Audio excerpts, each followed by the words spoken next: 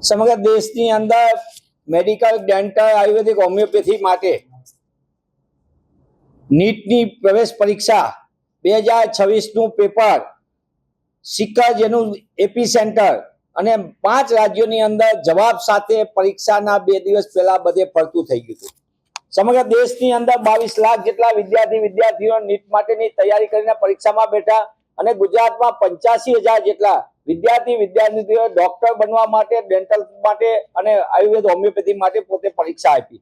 પણ દુઃખ સાથે કહેવું પડે કે કેન્દ્રની મોદી સરકાર અને નેશનલ ટેસ્ટિંગ એજન્સીના મેળા પીપળાના કારણે અને પેપર લીક કૌભાંડીઓ અને એજ્યુકેશન માફિયાઓને રાજકીય રક્ષણના કારણે આજે ફરી એક વખત દેશના 22 લાખ વિદ્યાર્થીઓ અને ગુજરાતના 85,000 વિદ્યાર્થીઓના ભવિષ્ય સાથે રમત રમાઈ છે।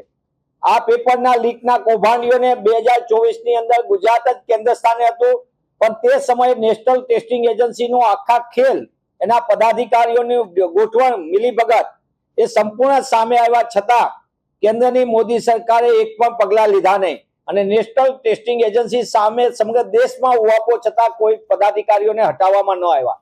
ઉલટાનું જે કૌભાંડ થયું છે અને કૌભાંડીઓને રક્ષણ આપનારા નેશનલ ટેસ્ટિંગ એજન્સીના ચેરમેનને જ આ કૌભાંડની તપાસ સોંપીને લીપાથોપી કરવામાં આવી। ત્યારે બાયોલોજી, કેમેસ્ટ્રી સહિતના પેપરોના પ્રશ્નો જવાબ સાથે ગેસ પેપરના નામે સંપૂર્ણપણે વિદ્યાર્થીઓને 2 દી પહેલા આપી દેવામાં આવ્યું। 40 લાખથી લઈને 70 લાખ રૂપિયાના ભાવ સાથે આ ભાવિ તબીબોના ખેલ, પ્રવેશ પરીક્ષા પાસ કરાવવાનું, માલેતુજાના સંતાનોને ગોઠવણ કરવાનું, બીજી બાજુ ગરીબ, મધ્યમ વર્ગ, સામાન્ય વર્ગના બાળકો જે રાત દિવસ પેટે પાટા બાંધીને અને વર્ષોથી પોતે મન બનાવી બેઠા કે મારે તબીબ બનવું છે, આવા વિદ્યાર્થીઓના ભવિષ્ય સાથે ચેડા વારંવાર થઈ ગયા। છેલ્લા 12 વર્ષની અંદર આ ચોથી વખત નીટના પેપરની ગેરરીતિ, ગોલમાલ અને ગોઠવણ આવી, પણ સરકારના પેટનું પાણી નથી હલતું। ત્યારે વિપક્ષના નેતા સન્માનીય રાહુલજીએ આ દેશના વિદ્યાર્થીઓના ભવિષ્ય માટે સંપૂર્ણપણે આખા લોકતાંત્રિક રીતે દબાણ ઊભું કર્યું। આ આખી ઘટનાની અંદર દેશની અંદર પેપર લીક માફિયાઓને 67થી વધુ પેપર રાષ્ટ્રીય પરીક્ષાના રદ થયા, ગોઠવણ થઈ, લીક થયા અને એવી રીતે ગુજરાતમાં પણ 24 કરતા વધુ વિવિધ પરીક્ષાના પેપરો પણ લીક થયાની ઘટના આપણા સૌની સામે છે। એવા સંજોગોમાં નીટના કૌભાંડીઓને રાજકીય આશ્રય આપનારાઓ, એ કેન્દ્રમાં બેઠેલા લોકો હોય કે શિક્ષણ વિભાગમાં બેઠેલા હોય, એની સામે ક્યારે પગલા ભરાશે તેવો કોંગ્રેસ પક્ષ માંગ કરે છે।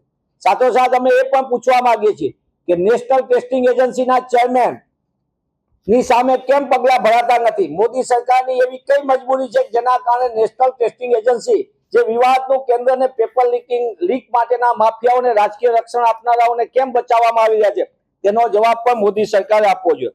આના માટે શિક્ષણ મંત્રાલયની જવાબદારી કેમ નક્કી નથી થતી? સીબીઆઈ તપાસના નામે ખરેખર પારદર્શક તપાસ થશે? પેપર લીક કરનારા માફિયા ઉપર રોક લગાશે કે નહીં?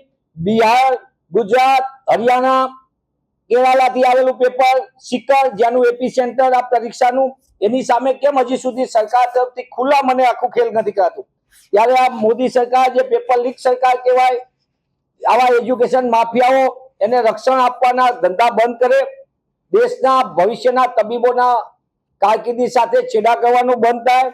હું પુનઃ એ વાત કહું છું કે ગુજરાતના 85,000 વિદ્યાર્થીઓ અને દેશના 22 લાખ વિદ્યાર્થીઓ અને એના મા બાપો પેટે પાટા બાંધીને પોતાના સંતાનને ભવિષ્યના તબીબ તૈયાર કરવા માટે મહેનત કરતા હોય, રાત દિવસની મહેનત હોય, સપનું હોય 10 વર્ષ પહેલા જોયેલું, અને એ જ વિદ્યાર્થીઓના ભવિષ્ય સાથે જ્યારે છેડા થતા હોય ત્યારે સંપૂર્ણપણે મોદી સરકારે જવાબદારી સ્વીકારવી જોઈએ। કાયમ મનની વાત કરે છે, ક્યારે દેશના નીટના 22 લાખ વિદ્યાર્થીઓના દિલની વાત કરી, દેશને ક્યારે જવાબ આપશે કે આ પેપર લીક માફિયાઓને રક્ષણ આપવાનું ક્યારે બંધ થશે, તેનો જવાબ પણ દેશની જનતાને આપવો જોઈએ।